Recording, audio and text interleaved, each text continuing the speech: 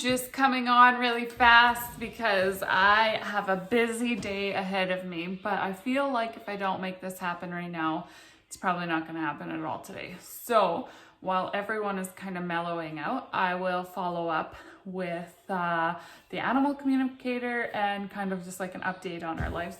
So I talked to the animal communicator. It was I had a good time. I thought it was fun.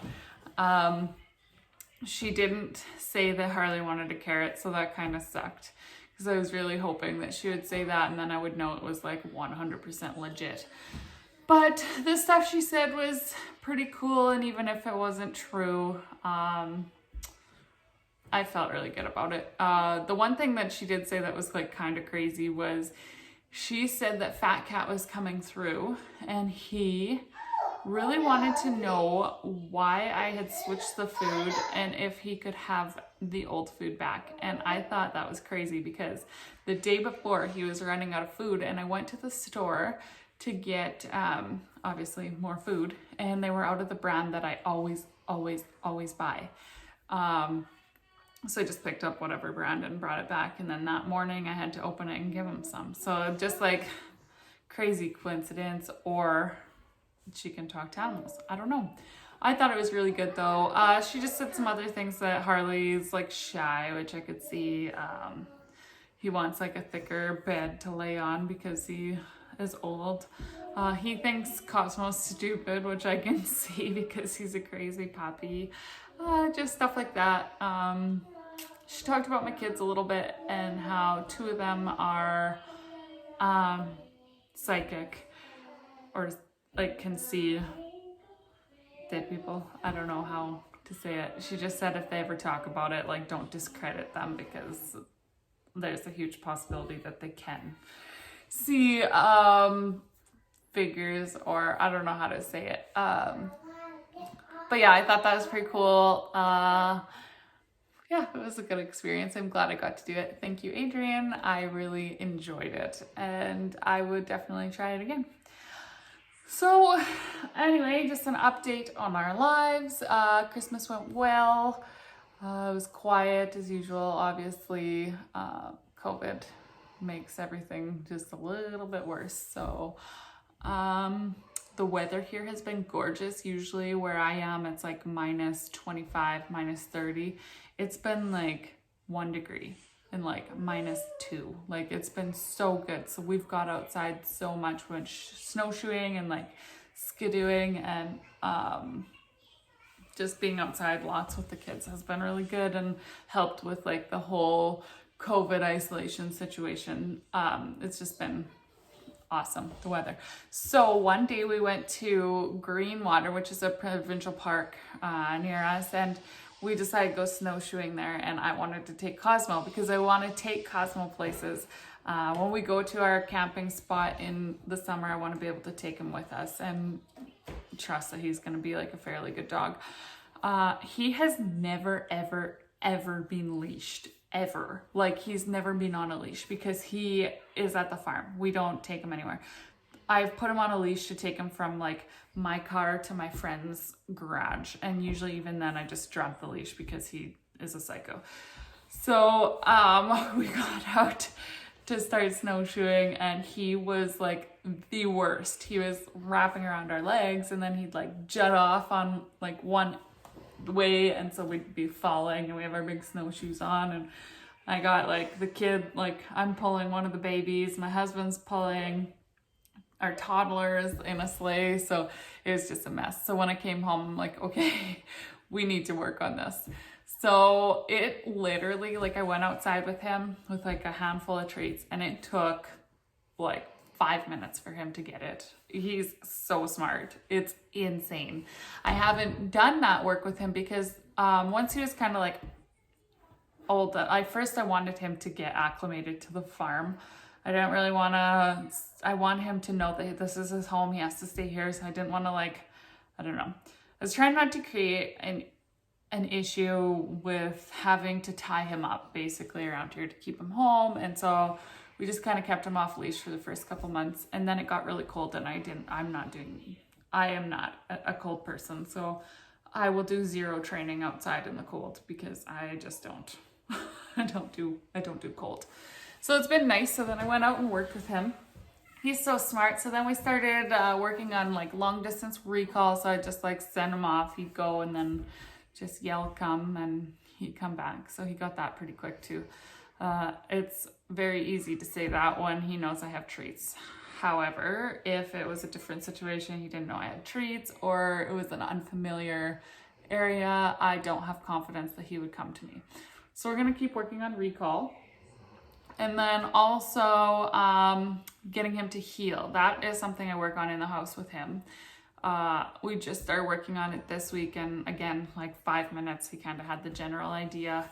He isn't positioned exactly correct yet. Like I want him to heel on my left side so that when we walk, he is not like crisscrossing through my legs and whatnot. So working on that. Yeah, I don't know. What else is new? Harley, he broke off it. I don't know if I've ever told you, but he has like running in his genes. His dad was like a perpetual runner. He's been trained on like that electric fence system, but then we moved to the farm and I'm not, like, I don't know how to even implement something like that out here. So he like only comes off chain with us when we're outside. And then I'm like holding a leash. Like he's for a while he was kind of like allowed to be off, but then he started going on long adventures. Like I'm talking 2-day adventures. And then the last one he went on, he lost like 5 pounds. He went anemic because he went through so many bushes that he got so many ticks, like thousands and thousands of ticks. Me and the vet had to sit there and just pick them off. It was gross. And then we gave him that tick pill and they all shriveled up and fell off a lot better. So yeah, he ended up breaking his line the day before. And I thought he was gone. It was like 8 o'clock at night, so it was like pitch black. And I'm like, okay, well, I don't even know what direction he went in, and I don't know how to go get him. And he's so old. A run like that would kill him. So I got really sad. So I just walked out into the yard a little bit and I just yelled for Harley and he came trotting up. So he came up, and then yesterday I was gonna go get him a new line, like a new tie out, but I hit a deer, obliterated the front of my car. Great.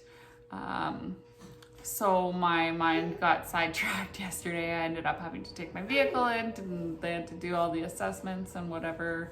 I'm missing like the front driver half of my car, and the deer is fine, and so are we. Everyone's fine. It's just my car is not. So my husband lent out his truck, so we have 0 ways to get to town. We live on a farm. And then so I just been letting him out, and yesterday I let him out for a couple hours. He didn't leave. He just stuck around, which is like it's crazy. He has never in 11 and almost 12 years, he has never stuck around. So his age is showing a little bit, but I don't know. I'm just super pumped that I can open the door and let him out. And like usually if someone comes here, it's like, oh, don't let Harley out, like, because I don't want to go chase after him for like 2 days. And I'm sure the people around here are kind of getting sick of me going like, have you seen my dog? So I'm just trying to keep him home, but he clearly does not he has no interest in running anymore. So that's pretty cool.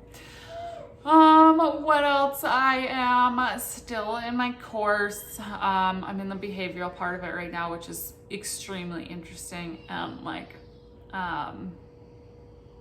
find it so cool. Like I was reading on wolf packs, and like, I guess like back in the day, this guy who did the study on wolf packs took like a couple wolf packs, put them into captivity, and then like watched their behavior.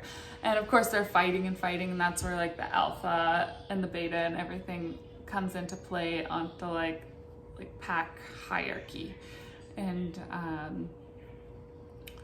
it turns out that once they started doing more like watching them in their natural habitat, like not in captivity. Turns out they're not like that at all. Like they don't have an alpha. It's just it's a family unit. So it's like parents and kids, and then like they branch off, and there's no like hierarchy. Like there's no dominance other than the way like a parent would like correct their pup or whatever. So yeah, that's like a huge thing, I thought, like, because everything you know about wolves and wolf packs and then what carries on into the domestic dog is basically untrue. So that's why positive reinforcement is so much better than being like dominating over your dog, because that's not a thing. Like they just look at you as being basically an asshole, hitting them, like you're just basically abusing them. I know that some people say that some breeds need that, like they need that you need to be the alpha in the relationship, and maybe, like, I don't know enough to talk about it. So I'm just saying in general, like positive reinforcement is like the way to go, and that's why most if not like 95% of trainers are doing positive reinforcement these days. So yeah, like I don't know about every specific breed on the best way to train them, but I know, like, especially for German Shepherds, like positive reinforcement will get you so far, and it like makes a more behaviorally sound dog, so less likely to have those fearful, aggressive moments, which, I mean, each dog is their individual person. They say that each dog is just as different as each breed. So yeah, kind of interesting stuff. I'm still reading through it, and then my next module is grooming, so that'll be fun too, learning about all the types of coats and stuff, which is something I need to know. I don't know if I'll ever go into grooming or not, but I would love to know more information on like undercoats and stuff, because the German Shepherd is the German Shedder. I'm lucky so far that Cosmo hasn't really shedded much, but got him as a puppy going into winter, so he just built up a coat, and that's gonna come out one day, and I'm not gonna be super excited to clean it up. So anyway, I need to get like a bunch of stuff done today, so I gotta go. But thanks for stopping in and listening, and I really enjoy being able to just talk to a camera, whether there's somebody watching or not. I just really like to be able to get what's on my mind out into the unknown. Kind of an outlet, because I'm stuck with 3 kids. So yeah, okay, well, I will catch up. I don't know if I'll get any, I don't know how the weather's supposed to be. If the weather's still really good, I'm gonna try and get a video of us like doing our heel and recall and stuff. So yes, anyway, I will talk to you guys again. Thank you for stopping in, and if you watch this video, I really appreciate it. And leave some comments, whatever you'd like to know. If you have any questions, anything related, doesn't have to be just about training. All right, talk to you later.